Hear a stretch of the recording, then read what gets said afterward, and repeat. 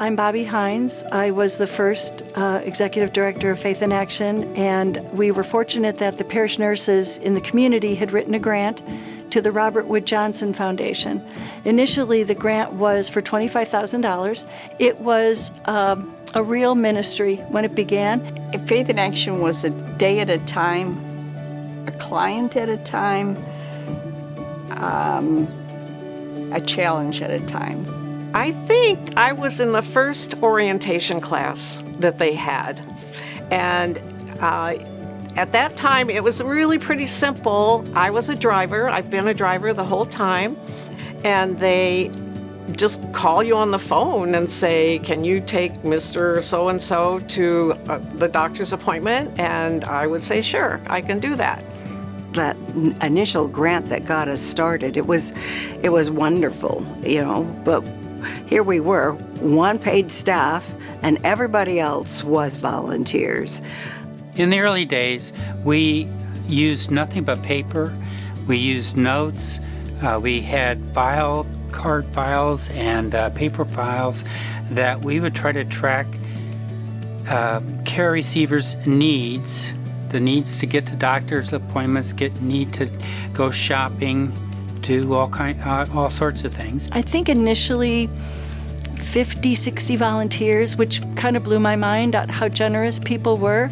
And then obviously people needing care, they got our phone number. We had our rack cards, our little brochures that I handed out, and the phone started ringing. So Kurt and I, both after hearing Bobby, thought it inspired both of us. And so we both signed up to do it. And I worked in the office more initially because they really needed help there, and it was all volunteer. And Kurt did rides. We never did rides together because if we did them separately, we could do twice as many. I think people were excited to have it, and be able to go to the doctor and not have to worry about their son or daughter taking off work in order to take them, or when they started the grocery shopping, that was a big deal, that people could go to the grocery store. Somebody would take them to the grocery store and take their groceries home, and carry them in. It's very exciting how I became involved. I just moved to Illinois. I'd been living in Texas. I just moved to Illinois, and I was talking with my daughter because I wanted to find a volunteer position. I called Faith in Action. Faith in Action gave me the different positions that they had available, and one of them was that they drove seniors. Okay, I had just turned, I was 67, about to be 67. I said, oh, I can use your services. I called to find out a volunteer position, and then found out that they had a service that I could use. Well, one thing that we really haven't had to market is the opportunities for care receivers to get our services, because word of mouth and sharing with each other has been the way people have found out about it. So we have grown to where we are now over 500 care receivers, around the same number of volunteers, and it's been amazing how it's grown and how we've identified the different needs people had. Well, it's been exciting to see how this has grown and taken place. It's just amazing with the few people we started out with in a little building in downtown Bloomington. In the past 20 years, I guess the most amazing thing to me is the growth. We just continue to grow, and as a board member, we see things, let's do this for our office team, and let's do this for our care receivers, and let's do this for our volunteers, and we have different committees, and it's a lot of things coming together and working together to make it a really good organization. Well, I don't believe the need will ever go away. I think that there's two areas that Faith in Action stand out in, not just serving the care receiver or the need, if you will, but there's also a part of what Faith in Action does so well, and that is bring out the heart of the person who's volunteering.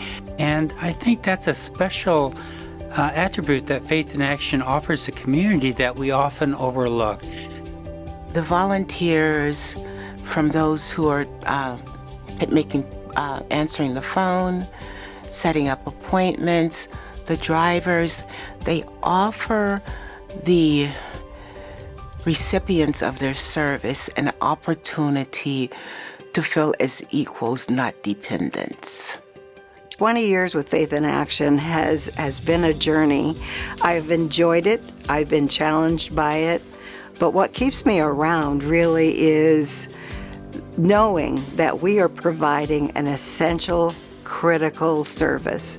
And they have such a wide range of things that they do, because people not only have a need for drivers, but some have a need for companionship. Some have a need for grocery shopping. So many things. And I'm able, when they ask, to be able to share that information. Now, one person had said to me, seeing my cane, said, "Marguerite, I understand you're a volunteer for Faith in Action." I said, "Yes, but I don't drive. Aren't you glad?" The thing that I really love about Faith in Action is I see God's work in action. I love seeing that. I see Him working through people, and as we talk with people, the people that receive the rides are grateful, but I just see Him working through me to help others, and I love that. What I like most about Faith in Action is that I know what I do is helping somebody, has a direct impact in their lives. You know, I think the reason Faith in Action has lasted as long as it has and has been as successful as it has is for two reasons. One, the faith of the people involved has never wavered. The second thing is, if you talk to the volunteers that volunteer for Faith in Action, they're marvelous people. They just want to help. This is a vehicle for them to help. It's a legacy of heart, helping people. For many people, it's filling their time, but for other people, it's just a way to fill the calling they have to help others. And the helping people is always going to be part of this.